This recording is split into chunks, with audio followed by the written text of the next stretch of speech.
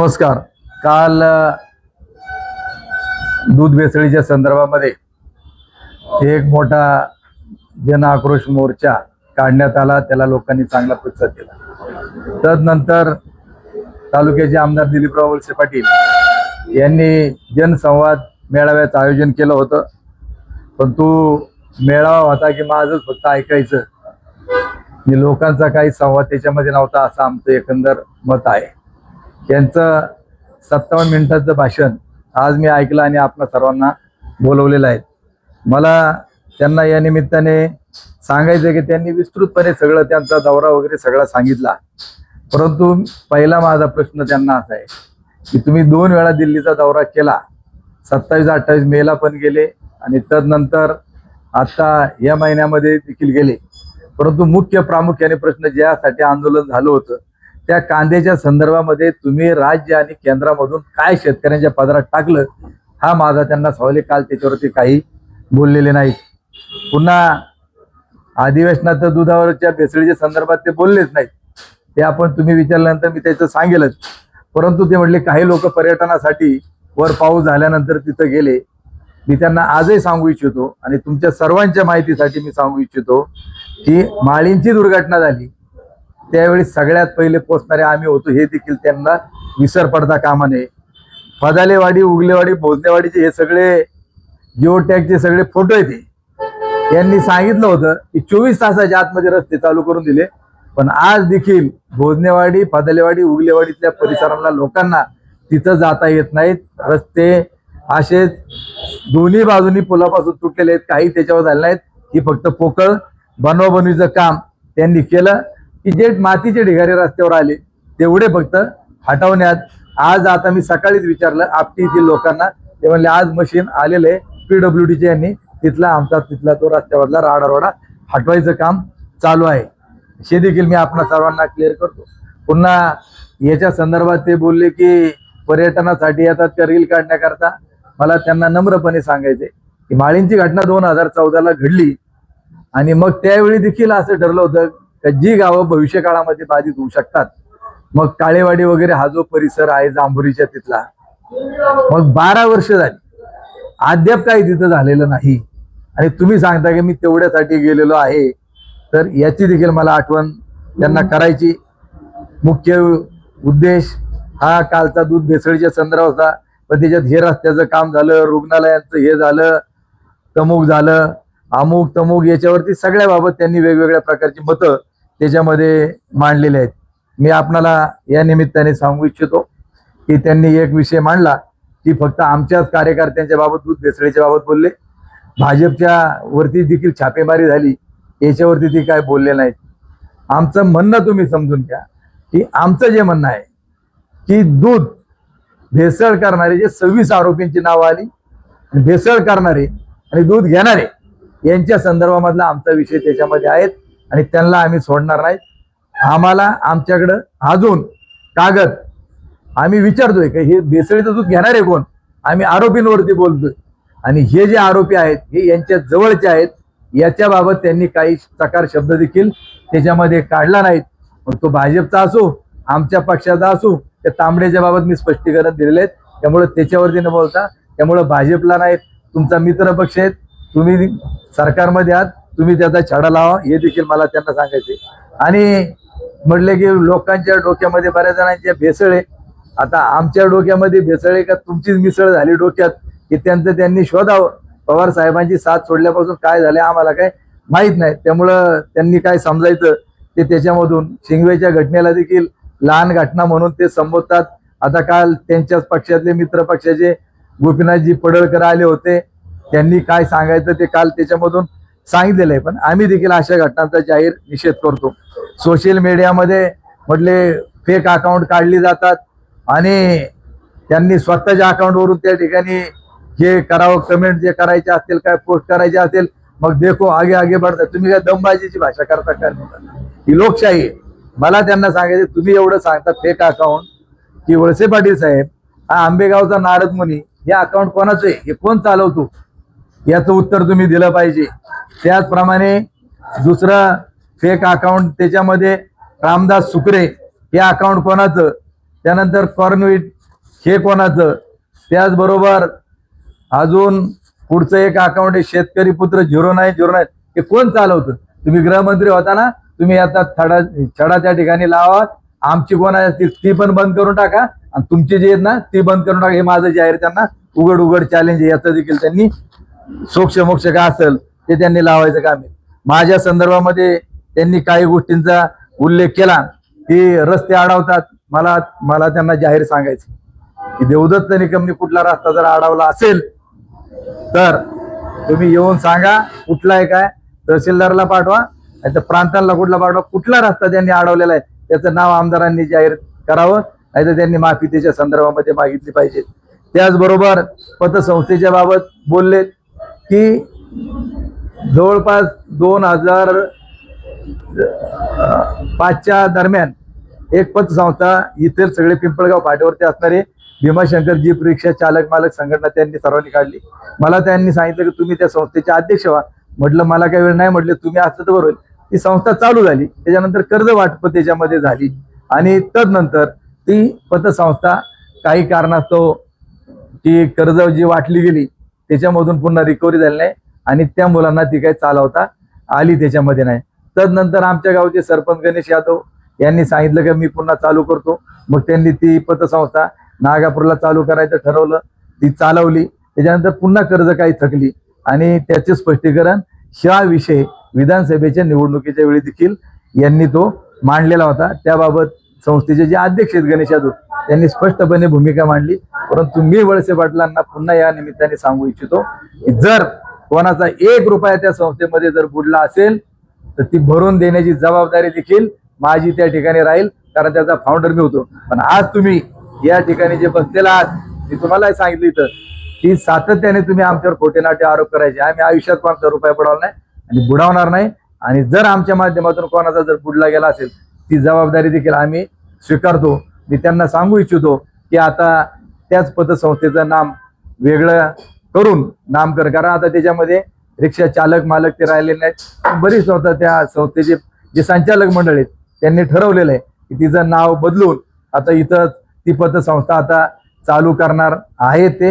आणि मी ज्यावेळी चालू करायचे असेल त्यावेळी तालुक्याचे ते आमदार आहेत त्यांना देखील निमंत्रण दिलं जाईल, याची देखील त्यांनी नोंद घ्यावी. बरं झालं, त्याच्यातून चांगलं तरी काहीतरी उभं राहील. परंतु एवढं पुन्हा सांगतो की आजपर्यंत कोणाच्या 1 रुपयाला त्या संस्थेमध्ये धक्का लागला नाही. कारण ज्यावेळी त्यांची आमची ताटाजोड झाली ते राज्याचे सहकार मंत्री होते, त्यांनी आम्हाला घोडा लावून टाकला असता. परंतु आम्ही चुकीचं काही करत नाही हे त्यांना चांगलं माहिती, हे देखील मी सांगितलं. तदनंतर त्यांनी मुरुम चोरीचा एक माझ्यावरती आरोप केला. मला त्यांना स्पष्टपणे सांगायचे आणि तुम्हाला देखील पत्रकार बांधवांना देखील ही गोष्ट माहीत असणं गरजेचं आहे. आता याच्यामध्ये 2016 मध्ये प्रांत इथं कल्याण पांढरे म्हणून होते, त्यावेळी एक तक्रार माझ्या विरोधामध्ये करण्यात आली की आमची शेतजमीन ही कुटुंबाची, म्हणजे आता आमचं कुटुंब मोठं आहे आणि काही विभक्त वेगवेगळ्या मळ्यामध्ये आम्ही राहतो. परंतु एकत्रितरित्या शेती करत असताना सर्वांना वाटतं की हे सगळं एकाच्याच नावावरती किंवा काय, तर त्याच्यामध्ये आमचं निकम कुटुंब आहे, निगूड कुटुंब आमचं एकत्र आहे.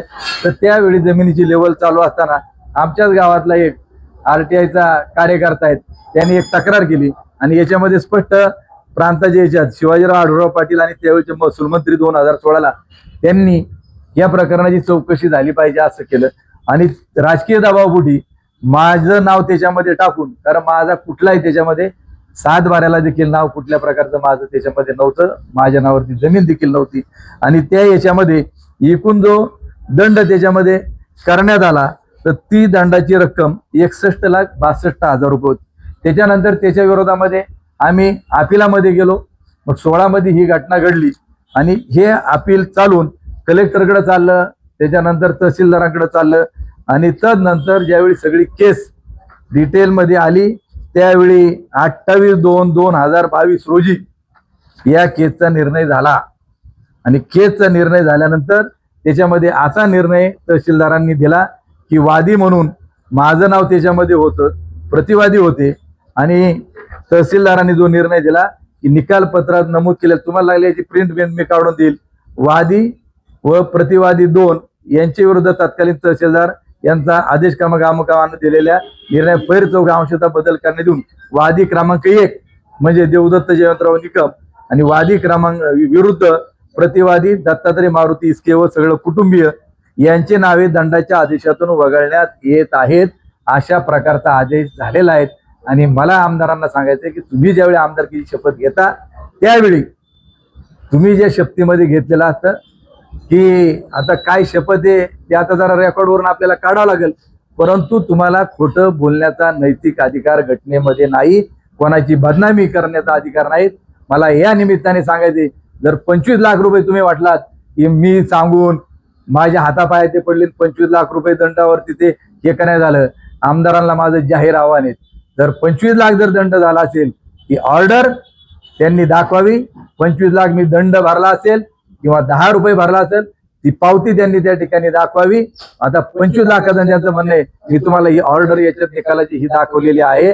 तर त्यांनी माझ्या जो मानहानी केली, माझे म्हणजे काय आपण त्याला म्हणतो बदनामी केली, याबद्दल त्यांनी जाहीर माफी मीडियाच्या समोर मागितली पाहिजे. हे माझा त्यांना रोखटोक सवाल आहे. तुम्हाला कुणी असा घटनेने अधिकार, तुम्ही तालुक्याचे आमदार आहात, तुम्ही जबाबदारपणे त्या ठिकाणी पुराव्यानिशी बोललं पाहिजे. जसं मी पुराव्याने सांगतो, आढळराव पाटलांचं मी नाव घेतलं कारण त्यांचं नाव ह्या ऑर्डरमध्ये काही त्यांनी चौकशीची त्यावेळी मागणी कारवाईच्या बाबत केलेली होती. अशा प्रकारचा आहे.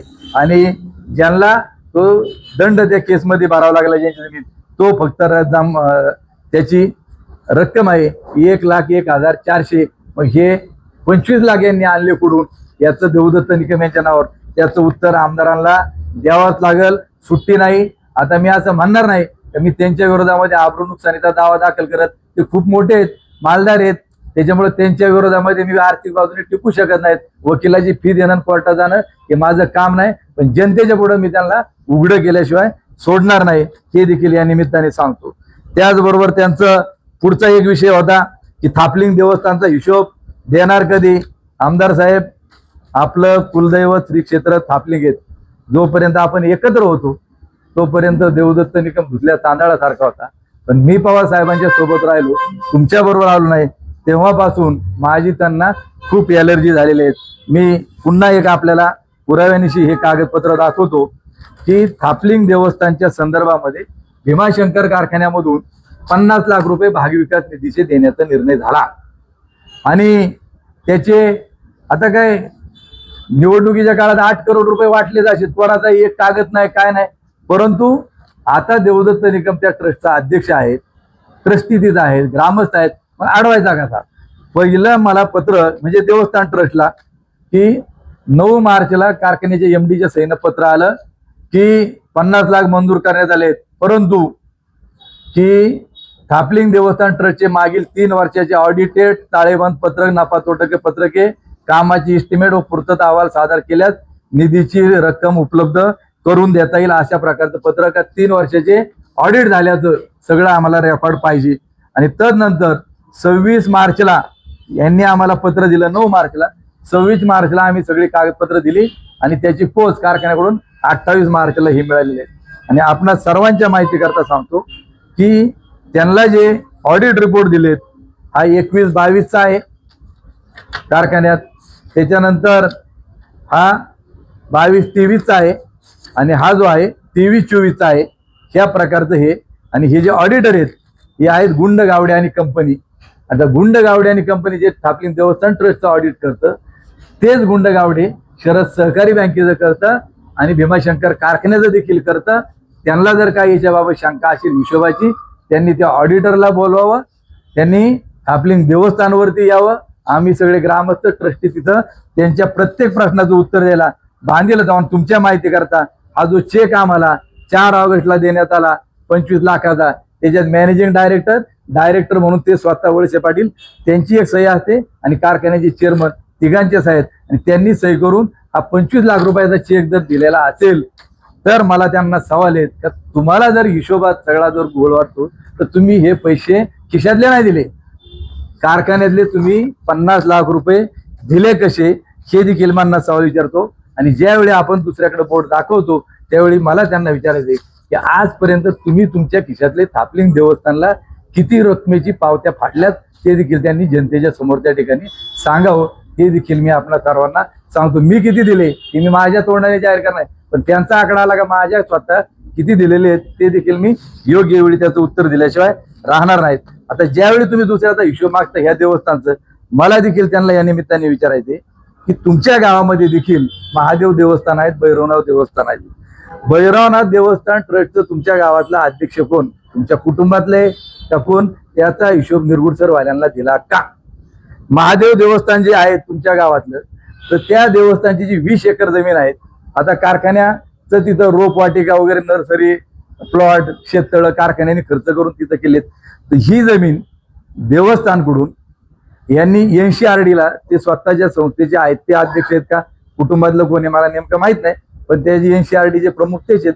तर त्यांच्या नियंत्रणाखाली चालणारी जी राष्ट्रीय ग्रामीण विकास संस्था आहे, त्या संस्थेला ती महादेव देवस्थानची 20 एकर जमीन आहेत. आणि तदनंतर ती देवस्थान NCRD नं भीमाशंकर कारखाना दिलेत. भीमाशंकर कारखाना देखील त्यांना त्या जमिनीचा खंड देतोय. मी आपणाला सांगू इच्छितो की आमच्या गावात देखील 8 एकर देवस्थानची जमीन आहे. ती जवळपास किती रुपये खंड एकरी, 48,000 रुपये एकरी खंडाने तिचा लिलाव झालेला आहे. मी म्हणतो नाही 48,000, 40,000. आपल्या तालुक्यात आज जमिनीचा काय रेट चाललाय खंडाचा, बागायती 35,000 रुपये एकराच्या पुढे झाला आहे. मग आपण कमीत कमी 35,000 रुपये धरले तर 7 लाख रुपये वर्षाचे त्या ठिकाणी खंड त्या महादेव देवस्थान जमिनीचा होतो. मग आता 20 वर्षे यांच्याकडे आहेत NCRD कडे का 15 वर्षे आहेत, जरी आपण धरले तर 1 कोटीच्या खाली त्याचा रक्कम होत नाही. मला त्यांना हे विचारायचे का ह्या महादेवाच्या जमिनीचा तुम्ही निरगुडसर ग्रामस्थांना हिशोब कधी देणार आहात का दिलाय? जसं मी थापलिंगला तुम्हाला बोलवतोय तसं आम्हाला किंवा मीडियाला सगळ्यांना बोलवा का निरगुडसर ग्रामस्थांना मी या महादेव देवस्थानच्या जमिनीचा सगळा हिशोब दिलाय, हे देखील मला त्यांना या निमित्ताने सांगायचे. त्याचबरोबर त्यांनी एक डान्स बारचा उल्लेख केला. आता मला माहित नाही की कोणाचं बद्दल त्यांना डान्स बारच्या बाबत बोलायचं. आता आमचं ना परमिट रूम ना काही, त्यांचं होतं एक राजवाईन्स म्हणून विश्रांतवाडीला एकनाथ शेट्टीकरांच्या नावावरती एक दुकान होतं, पण लय आरोप प्रत्यारोप व्हायला लागले, त्यांनी ते विकून टाकलं मस्क्यांना पुण्यामध्ये. त्याच्यामुळं ह्या डान्स बारला कोण गेलेलं आहे, काय गेलेलं आहे, कोणाचं आहेत. आणि तुम्हाला जर एवढं डान्स बार बद्दल वाईट जर वाटत होतं, तुम्ही राज्याचे उत्पादन खात्याचे एक्साईज मंत्री होतात, उत्पादन शुल्क राज्याचे गृहमंत्री होतात, RR आबांचं नाव झालं की त्यांनी डान्स बार बंदी केली. मग तुमच्या काळात हे बार चालू का होते, हा देखील माझा त्यांना सवाल या निमित्ताने आहे. तुम्ही आज देखील आमदार आहेत, तुम्ही का बारच्या विरोधामध्ये बोलत नाहीत की बार बंद केलेत? आणि तुमच्या मांडीला मांडी लावून बसणारे आता किती बारवाले आहेत, किती वाईन शॉपवाले आहेत, त्यांना उमेदवारी कशा काय तुम्ही देता, याचा देखील मला त्यांना खुलासा या निमित्ताने विचारायचे. आणि ते कोणाबद्दल नेमके बोललेत ते कळलं पाहिजे, आणि कुणी नेलं, कुठं नेलं, काय त्यांच्या क्लिप असतील, एकदा त्यांनी लोकांच्या समोर त्या ठिकाणी दाखवत ना. पण मधल्या काळात निवडणुकीच्या वेळी आम्हाला पाहायला मिळालं की यांनी सगळे कार्यकर्ते कुठं कोकणात गणपतीपुळ्याला का अलिबाग कुठं नेले होते, अलिबागला तिकडे नेले होते. त्यावेळी सगळ्या बाऱ्या नाचताना डान्सच्या तुम्ही सगळ्यांनी पाहिलेल्या आहेत, कोण कुठं नाचतो, कोण कुठं नाचतो, ते लोकांना सगळ्यांना माहिती. त्यामुळे त्याच्याबाबत त्यांनी काय सांगायचं काही कारण नाहीत. बिबटेच्या बाबत देखील आंदोलनाच्या संदर्भात ते बोलले, काय असेल ते.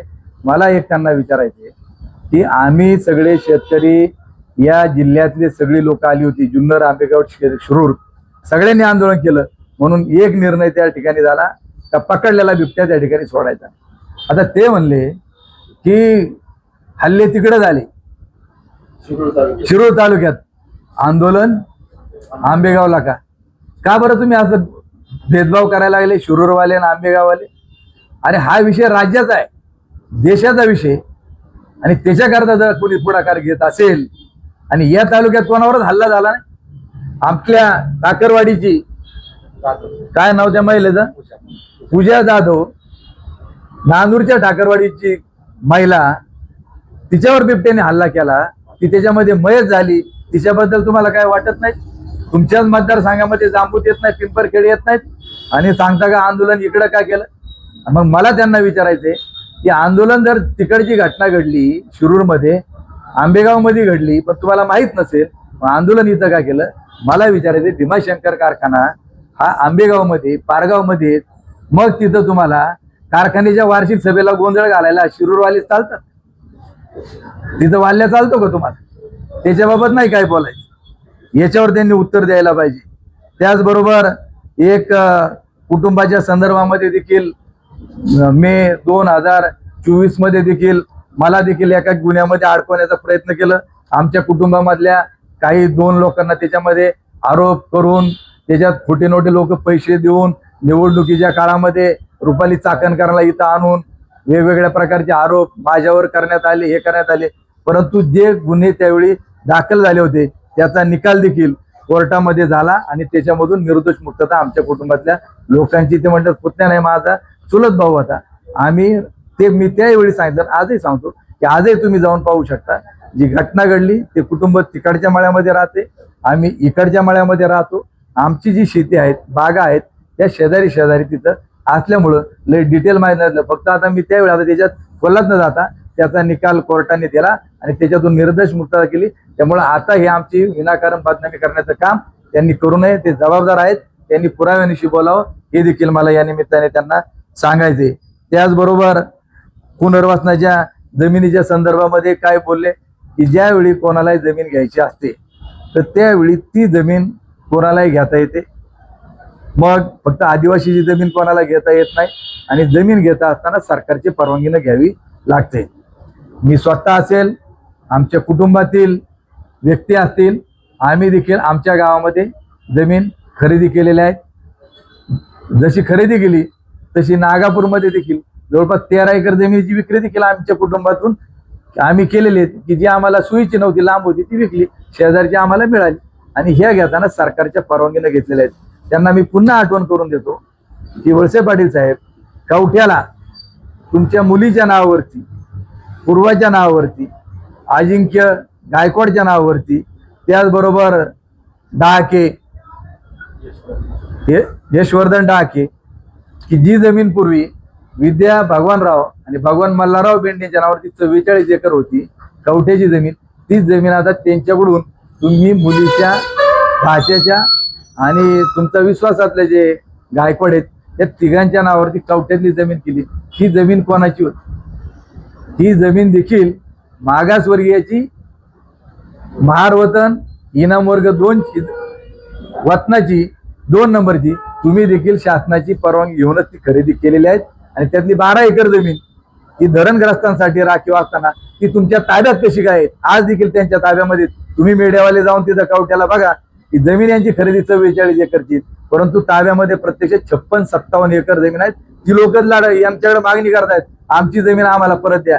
हे काय देत नाहीत. पहिलं दुसऱ्याच्या डोळ्यातलं तुम्हाला त्या ठिकाणी कुसळ दिसते, पण आपल्या डोळ्यातलं मुसळ दिसत नाही. मी त्या दिवशी सांगितलं होतं, ज्या गावच्या बोरी त्याच गावच्या बावळी. आमचं जसं तुम्हाला सगळं माहित, तर तुमचं एवढं सगळं सहित माहिती आहे, कारण तुमच्या सगळ्या या खरेदीमध्ये मी स्वतः होतो. पराग कारखान्याच्या जमीन किती घेतल्या, कोणाच्या घेतल्या, याचे सगळे पुरावे माझे. आता जी वेस्टर्न हिल करता तुम्ही थोरांदळ्याला जमिनी घेतल्या, ती तोट्यात दाखवली.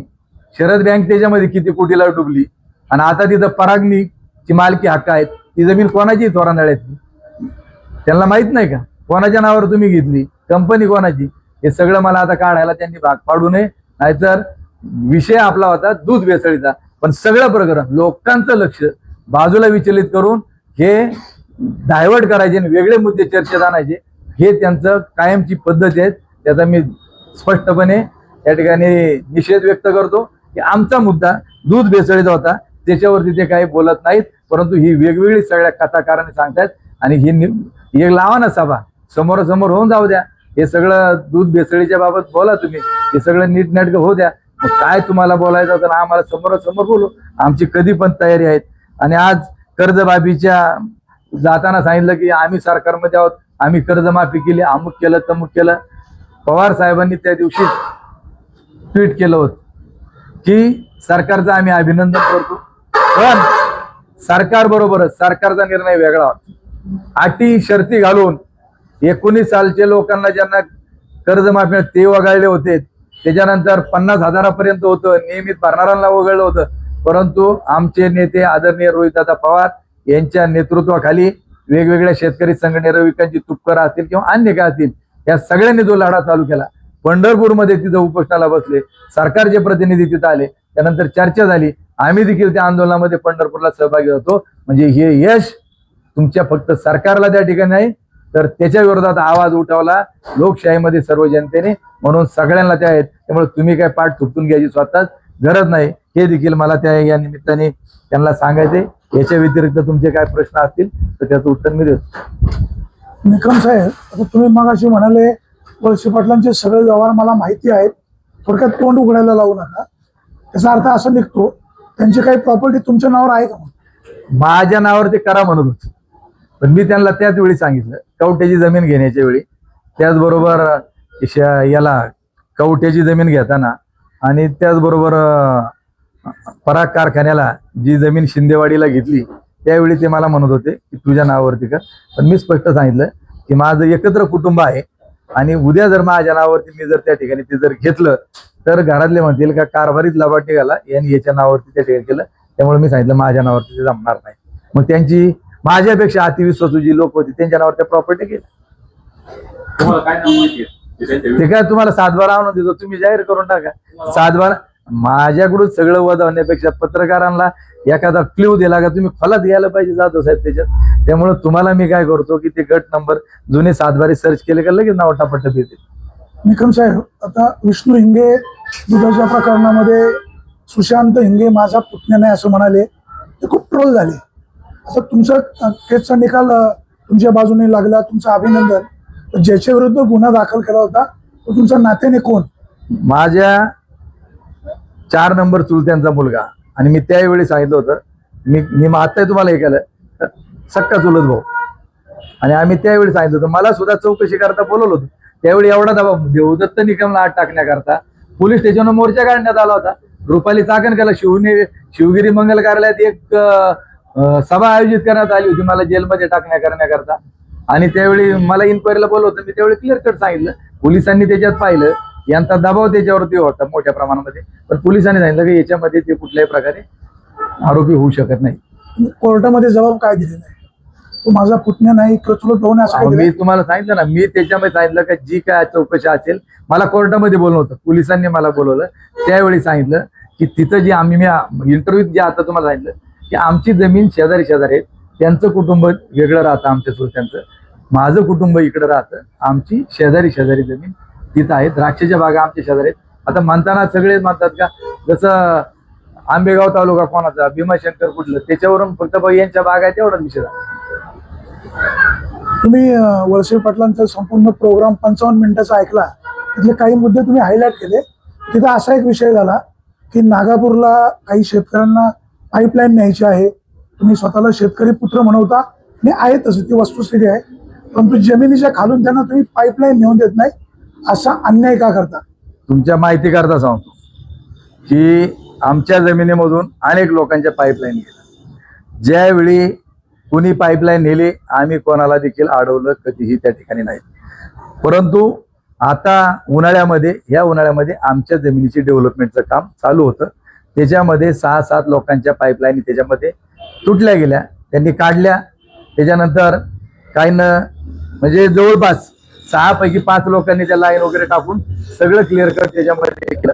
आता एका व्यक्तीची तुम्हाला जो प्रश्न विचारायचा मी ऐकलं सगळं, लक्ष्मण निकम नावाचा जो एक इसम आहे याची पाईपलाईन आमच्या जमिनीमधून गेल्या 15-20 वर्षापूर्वी गेले, आम्ही काही कधी अडवलं नाही आणि तो काय आमचा काय कोणी दुश्मन देखील नाही. त्यामुळे त्याची आणि जर तोडायची कोणाची असती जाणीवपूर्वक मग एवढ्या दिवसातच तुटले. लेवल करताना त्या पाईपलाईन त्याच्यामध्ये तुटल्यानंतर त्यांनी मला फोन केला की अशी आमची लाईन आहे जोडायची. म्हणलं लेवल होते, लेवल झाल्यानंतर ती लाईन जोडायची. आणि ज्यावेळी आमचं काम चालू होतं त्याच वेळी त्यांनी तिथं काही लाईनी फुटल्या, JCB मशीन त्याच्यामध्ये घातलं आणि ते जमीन खाली वावर बसलं. त्याला सांगितलं की वापसा याच्यामध्ये नाहीत, बोले फोनवरच माझी त्याची काय, तू नंतर आपल्याला भेट, समोरासमोर आपण चर्चा करून नंतर कधी हे करायची. तर त्यांनी लगेच सांगितलं आमदार माझ्या पाठीमागे, कसं नाही मी इकडचा कार्यकर्ता आहे तिकडचा आहे, अमुकीनं बघतो कसं नाही देत. आणि त्यांनी माझी सोशल मीडियावरती त्या ठिकाणी बदनामी करायला, तो नारद मुनी वळसे पाटील जे म्हणतायत ना फेक अकाउंट, तर मी त्यांनाही सांगितलं की त्या फेक अकाउंटवरनच आंबेगावच्या नारद मुनीवर की माझी अशा प्रकारची बदनामी त्यांनी त्या ठिकाणी केली. पण आमची भावकी देखील म्हणली की जर तो आपल्या भावकीतला माणूस जर एवढी बदनामी करत असेल, आतापर्यंत त्याला कधी अडग नाही आणि तो गावात कसल्या वाटेल त्या शब्दामध्ये. आता माझं असं आहे की आता मी थोडं जरी मुंगी जरी माझ्याकडून मिली तरी तुम्ही म्हणता गुन्हाच याने केला. तसं कोणाच्याही तोंडाला जर आम्ही लागलो तर ते एक प्रकारचे होईल. आणि म्हणून आमच्या भावकीनं त्या ठिकाणी सांगितलं की जर आपल्याबद्दल तो आपली एवढी बदनामी करत असेल, हे करत असेल, तर त्यांनी माफी मागितल्याशिवाय काय त्याचं काही आपण त्याची पाईपलाईनच्या आपण काय कधी त्याची रोखली नव्हती. एवढे दिवस होती त्यांनी बदनामी केली, त्यांनी माफी मागितली पाहिजे त्या ठिकाणी. कारण त्यांनी भावकीला शिवाय दिल्या, मला कोणाची गरज नाही म्हणून. दूध भेसळ आणि आता तिथं आम्ही आता पीक पण केलेले आहेत आता.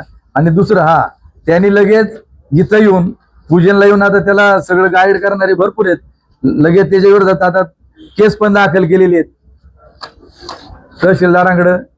एवढे दिवस आम्ही सगळ्या लोकांना सौजन्याने कोणाला परवानगी आपण काढायला लावतच नाही. माझ्याही पाईपलाईन दुसऱ्यांच्या वावरामधून आहेत, जशा माझ्या याच्यातून 5-25 गेलेले आहेत. नदीला आमचा एक पाईपलाईन आमच्या शेतात दिलं, तिथे डेव्हलप करताना आणि त्यांच्या कुठल्या.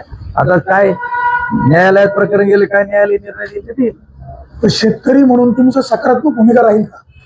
हे बघा, आम्ही कधी कोणाला अडवलं नाही. तुम्हाला मी सांगितलं त्याची लाईन कुठून होती, आमच्याच याच्यातून होती. मग आम्हाला इथून माग फोडता येत नव्हती, काढून टाकता येत नव्हती, पण आम्ही तसलं करण्यातले नाही. त्यांना परवानगी देणार का? मी काय म्हटलं तर त्यांनी न्यायालयाचं दार त्या ठिकाणी ठोठवलंय, आम्हाला आरोपी केलंय. आम्हाला जर कोर्टाची जर नोटीस त्या ठिकाणी, आमची बदनामी मीडियाला तुम्ही त्या ठिकाणी करताय. आता मीडियाला गेलं म्हणजे काय, ते फक्त इथलं 2 गावापुरतं राहिलं का? सगळीकडेच गेलं ना. तुम्ही एक जाणकार आहात, जिल्ह्याचे नेते आहात. जमिनीच्या 3 फूट खालून पाईपलाईन कोणी नेऊ शकतं ना? तुम्हाला वाणी साहेब तुम्हाला तेच सांगितलं की आतापर्यंत आमच्या जमिनीतून गेलेली आहे. आता लेवल करताना त्याची एकट्याचीच काय 6 पाईपलाईन फुटल्या ना. नावं सांगू का? फुल्यांची फुटली, वाघ सरांची त्या ठिकाणी फुटली, गावची वॉटर सप्लायची फुटली, माझ्या स्वतःच्या 2 त्या ठिकाणी फुटल्या, त्याचबरोबर एक बारवेंची फुटली. आता ते सांगत बसू? तुम्ही नावं सांगितलं त्यांना जाऊन विचारा. सर, दुसरा एक मुद्दा, वळसे पाटलांनी दूध भेसळी संदर्भामध्ये त्यांचा संपूर्ण दौरा सांगितला. मी या तारखेला कुठे होतो, त्या तारखेला कुठे होतो. त्यांनी सुरुवातीला ज्यावेळेस पत्रकारांनी विचारलं तेव्हा दूध भेसळीमध्ये काहींची नावं पुढे येतात, ते असं प्लेन म्हणाले कोणी असेल त्यांच्यावर मी कारवाई व्हावी. परंतु तुम्ही जेव्हा आंदोलन केल्यानंतर ते काल जरा जास्त ठोस बोलले आणि ते म्हणाले विष्णू काकांनी आपला पुतण्या आहे ते सांगायला पाहिजे होतं. ते म्हणाले त्यांच्या वतीनं मी माफी मागतो. कसं पाहता? हे बघा, मी तुम्हाला एक सांगतो, त्यांची एक पद्धत आहे, खोटं बोल पण रिटून बोल. मी काय विचारलं, दिल्लीला गेले, कांद्याच्या बाबत का बोलले नाहीत, की काय निर्णय त्याच्या ठिकाणी घेतला, मी इकडे गेलो तिकडे गेलो, तुम्ही जाऊन काय पदरात पाडलं कांद्याच्या संदर्भामध्ये त्यांनी सांगितलं पाहिजे. म्हणजे 24 तासात सगळे रस्ते चालू केले. तुम्हाला मी फोटो निशेल गावाची नावं सांगितलं, भोजनेवाडी, फादालेवाडी, उगलेवाडी. आजही लोकांना जाण्या येण्यापाशी रस्ता नाही. कशाला लोकांना खोटं त्या ठिकाणी सांगताय? आमचं म्हणणंच एक होतं की त्यांनी जसे राज्यातले आमदार सगळे तळमळीनं बोलतात, वेगवेगळ्या ठिकाणी सगळ्यांचा निषेध केला जातो. हा तालुक्याला जी बदनामी झालेली आहे, तुम्ही या तालुक्याचे आमदार म्हणून आहात आणि आमदार म्हणून तुम्ही असताना की तुम्ही याच्या संदर्भामध्ये विधिमंडळात आवाज का उठवला नाही, हा आम्हाला त्यांना बरं पत्र पण दिलं नाहीत का, याची सखोल चौकशी झाली पाहिजे. त्यांना खोटं नाटं रेटण्याची सवय त्या ठिकाणी आहे. त्याच्यामुळं आता याच्या संदर्भामध्ये लई याच्यामध्ये आता लांब कशाला, देवदत्त निकम नावाचा काले मी सांगितलं ना, डमी आणला, खोटा आणला, कुठून आणला, त्यांनाच विचारा ना तुम्ही काय. आणि ते स्वतः सांगतात ना, तो असल्यामुळेच मला 1,500 मी निवडून आलो. अरे तुम्ही एवढं खोटं करताय, या जनतेने त्यांना नाकारलेलंच आहे. पण आता काय बोलण्याच्या पलीकडच्या गोष्टी. निकम साहेब, आपली एक संस्कृती आहे, कोणी आपल्याला भेटला आपण नमस्कार करतो, त्याच्या खांद्यावर हात ठेवतो. आता वळसे पाटलांनी लहान मुलाचा जर असा मुका घेतला, तुम्ही तो सुद्धा विषय सध्या चर्चेत आणता. काय तुम्हाला नेमकं काय म्हणायचं? आमचं म्हणणं आम्ही काय सांगितलं की जसं जनतेने त्यांना जमिनीवर आणलं आणि म्हणून आता तिथपर्यंत, नाहीतर पहिली कशी वागण्याची पद्धत होती आणि आता काय स्थिती झालेली आहे हे आम्हाला लोकांच्या निदर्शनास आणून द्यायचं. सर, शेवटचा प्रश्न, जनरली कुठल्याही संस्थेमध्ये संस्थेचा अध्यक्ष, सचिव किंवा साखर कारखान्यामध्ये चेअरमन, MD किंवा फार फार तर व्हाईस चेअरमन यांच्या धनादेशावर सह्या असतात. तुमच्या भीमाशंकरमध्ये तुम्ही मगाशी वाचून दाखवलं, चेअरमन, संचालक आणि कार्यकारी संचालक अशा तिघांच्या सह्या. म्हणजे संचालकाचा प्रश्न कुठे येतो? नाही, आता मी तुम्हाला सांगतो, संस्थेमध्ये 3 लोकांना म्हणजे अध्यक्ष किंवा अध्यक्ष नसेल तर काही ठिकाणी ठराव घेऊन सह्यांच्या अधिकारी इतरांना देता येतात. तर मला फक्त तो विषय एवढा वळसे पाटलांचा बाकीच्यांवर विश्वास नाही का मग असा अर्थ निघतो ना. नाही नाही ते काय आता पहिल्यापासून येतं. मी अध्यक्ष असताना त्यांना सह्यांचा अधिकार होताच ना.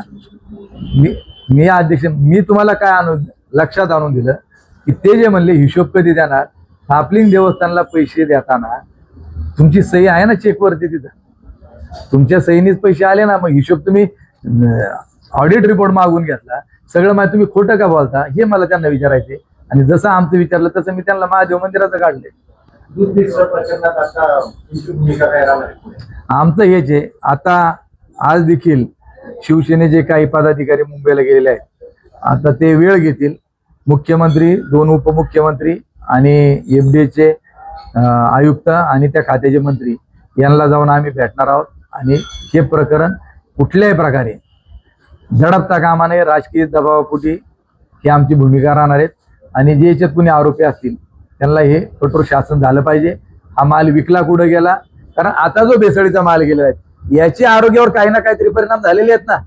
आज आपल्याला डोळ्याने जेवढे दिसतात लोक तेवढेच फक्त आपण म्हणतो याला कॅन्सर झाला, त्याला याचा त्रास झाला, परंतु आता जे लागण झालेली आहेत, ज्यांच्यावर आज ना उद्या त्याचे दुष्परिणाम होणार आहेत, याला जबाबदार कोण म्हणून हे गजाआड गेले पाहिजे, कायद्यामध्ये दुरुस्त केलं पाहिजे, कायदा कठोर झाला पाहिजे. यासाठी आम्हाला भेटायचं. एफडीएचे नियम कडक झाले, त्याने एसएनएफ कमी असेल तर दूध खरेदी केलं जात नाही असं म्हटलं जातं. नाही आता ते माझं, मी तुम्हाला विचारलं की मी सारखनाचं एक सर्क्युलर तुम्हाला आता दाखवलं की 3585 असेल किंवा 30, 32, 82, 83 जे काय असेल कमी अधिक, त्याच्यामध्ये रेटमध्ये कमी जादा प्रमाणामध्ये फरक करतात. लिटरला 30 पैसे 50 पैसे असे प्रत्येक संस्था किंवा शासनाच्या सर्क्युलर प्रमाणे, खाजगीवाले वेगवेगळे त्यांच्याप्रमाणे करतात. परंतु त्याचबरोबर की एखादी संस्था आहे तिथं 100 गवळी आहेत, 100 गवळ्यांमध्ये 2-3 गवळ्यांचं दूध हे 30 फॅटच्या आतमध्ये येतं, त्याचा एसएनएफ 8च्या आतमध्ये येतो. पण कोणाची फॅट ही 4.5 लागते, कोणाची 5 लागते, कोणाची 3.8 लागते आणि एसएनएफ देखील तशाच प्रकारे असतो. आणि एकूण जो सॅम्पल तयार होतो फायनल, ज्यावेळी तो मार्केटमध्ये विक्रीला येत आहे, तर त्याचं ते जे दूध आहे तर ते त्या निकषामध्ये बसतं. आणि संस्था काय करते, दुधाचा दर देत असताना की ज्याचा कमी फॅट आहे, एसएनएफ आहे, तर त्याला ते कमी दर देत असते. आंबेगाव तालुक्यामध्ये काही भाजपच्या कार्यकर्त्यांच्या खासगी दूध डेअऱ्या आहेत. वळसे पाटील काल बोलताना म्हणाले त्यांच्यावर झालेली कारवाई तुम्हाला दिसत नाही का? त्याचं उत्तर मी दिलं मागाशी. तुम्ही जिल्ह्याचं बोलले ना. नाही इथलं दिलं तालुक्यात. मग असं काही आहे का तुमच्या कानावर काही?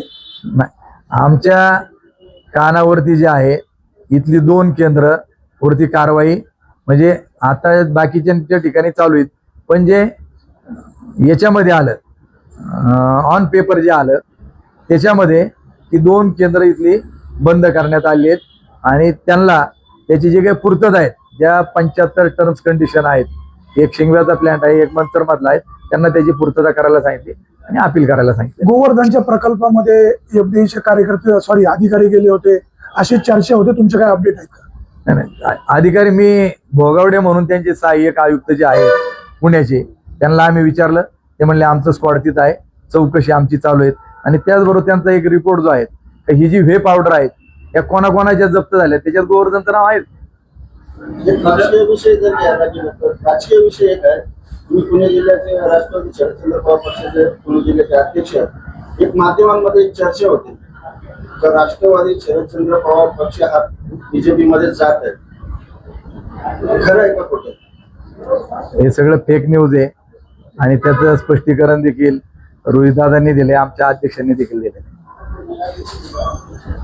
छोट्या मोठ्या जे डेअऱ्या आहेत त्यांना हायब्रिडची परवानगी असेल, एक्सपोर्टची परवानगी असेल, हे निवडतात असे काहीतरी नियम करत आहेत. भेसळ थांबली पाहिजे, थोडं ठीक आहे, परंतु सर्वसामान्य दूध संकलन करणारे छोटे व्यवसाय एक प्रकार संपत चालले, काही डेअरीला ताळं लागले. दूध भेसळ करून याच्या काही जात गाठी आहेत याबद्दल काय सांगायचं? नाही हे पहा, मी तुम्हाला सांगतो, पूर्वी गावामध्ये एक डेअरी असायची आणि त्याच्या अगोदर सांगतो, पूर्वी फक्त पिंपळगावची डेअरी होती.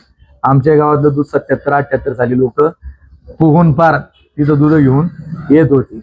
त्यामुळं जे चुकीचं काम करतात ते बंद त्या ठिकाणी झालं पाहिजे. आता फार प्रत्येक घरापुढं आता गाडी थांबायला लागली, त्यामुळे याचे जे नॉर्म्स आहेत तर त्या नॉर्थ प्रमाणे ते संकलन झालं पाहिजे. कारण ज्यावेळी गाडी आपल्या दारापाशी येते त्यावेळी तो काय पाहतो, फक्त डिग्रीच पाहतो, बाकी काहीच पाहत नाही. आहे ते टाकलं का चाललं, काटा करायचा गाडीत डिग्री पाहिजे का चाललं, बाकी काय त्याच्यामध्ये. परंतु याच्याकरता या लॅब असतात, ह्या प्लॅन्टवाल्यांकडे प्रोसेस करणारा जे युनिट आहे तिथं ह्या लॅब असतात आणि त्या लॅबमध्येच हे येणारं दूध जे आहे याच्याकडे संकलन होतं आणि तो ज्या प्लॅन्टला प्रोसेस युनिटला आणून देतो तिथं त्याला सगळं माहीत असतं की हे दूध चांगले कोणतं.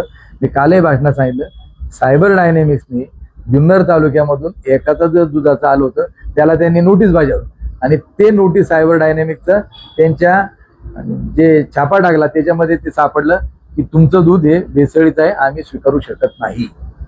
मग ह्या ज्या कंपन्या आहेत मोठमोठ्याल्या त्या जर देत आहेत तर बाकीच्यांना ज्यांना राजकीय प्रोटेक्शन आहेत ते लोक हे डेअरिंग करतात, बाकी हे करत नाही. नियमानुसार छोटे व्यवसाय संपतील असं वाटतं नाही संपणार. चांगलं काम करणाऱ्याला काहीच अडचण नाही, अडचण भेसळीवाल्याला आहे, चांगलं काम करणाऱ्याला काहीच नाही.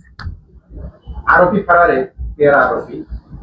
तर त्या संदर्भामध्ये आम्ही पोलिसांना देखील विचारलं की 13-26 आरोपी 13 आत आहेत 13 बाहेर आहेत, तर त्यांच्या कुटुंबातल्या लोकांना चौकशी करतात, ते बोलून घेत आहेत, त्यांचा शोध चालू आहे असं त्यांनी सांगितलं.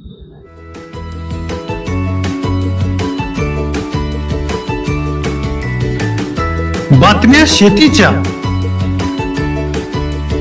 बातम्या मातीच्या, बातम्या अन्यायाच्या, गुन्हेगारीच्या,